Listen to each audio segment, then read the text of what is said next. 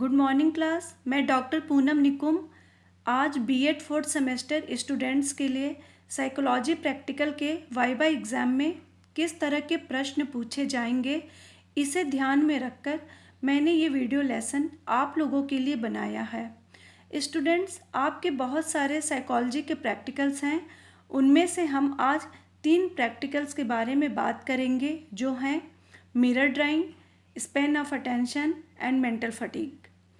आपको मेरा video lesson अगर पसंद आए तो लाइक कीजिए, सब्सक्राइब कीजिए और कमेंट सेक्शन में जाकर कमेंट करें ताकि आपके लिए मैं आगे और भी वीडियो बना सकूं। आइए अब प्रश्नों को देखते हैं।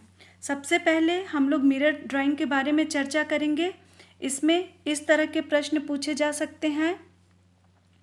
दर्पण आरेखन विधि का सर्वप्रथम प्रयोग कब एवं किसने किया था? इसका आंसर है दर्पण आरेखन विधि का सर्वप्रथम प्रयोग स्टार्च ने 1910 में किया था।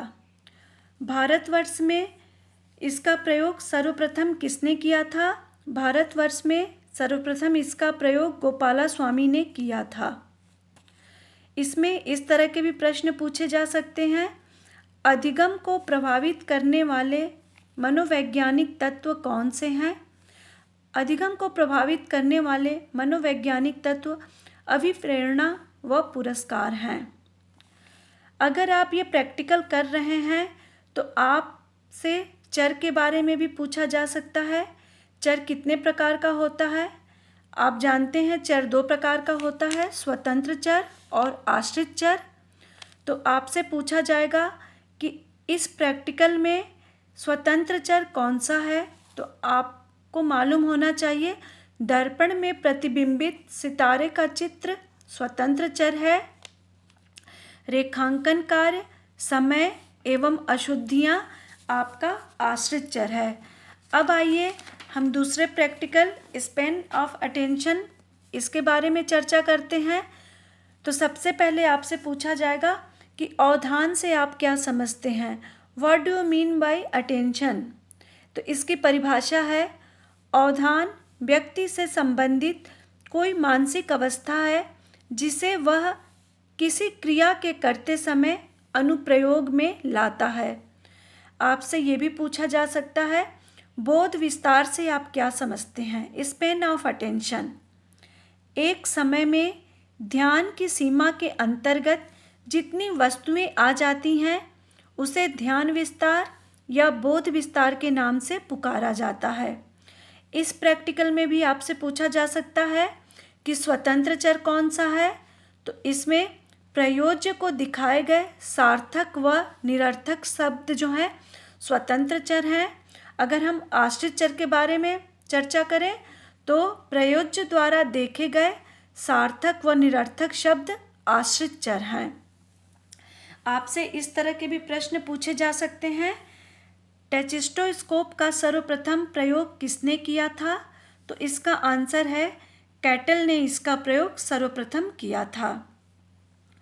टेचिस्टोस्कोप में उद्दीपक प्रस्तुत होने का समय कितना होता है? ये 1/5 सेकेंड होता है। आपको यहाँ पर ये थोड़ा सा समझना होगा कि उद्दीपक प्रस्तुत यानी टेचिस्टोस्कोप में जब आप कार्ड गिराते हैं तो आपके आँखों के सामने कार्ड कितने समय के लिए रहता है? तो वो है 1/5 सेकेंड। इसमें इस तरह भी प्रश्न पूछे जा सकते हैं बोध विस्तार के मापने के लिए किन किन उद्दीपकों का प्रयोग किया जाता है? इसका आंसर है बिंदु, अक्षर एवं शब्द। अवधान के प्रमुख आत्मनिष्ठ निर्धारक तत्व कौन कौन से हैं? इसे आदत प्रभावित करती है, अभिवृत्ति करती है और रुचि करती है। अगर हम थर्ड प्रैक्टिकल के बारे में चर्चा करें वो हमारा है मेंटल फटीग। तो सबसे पहले आपसे ये पूछा जा सकता है कि थकान से आप क्या समझते हैं?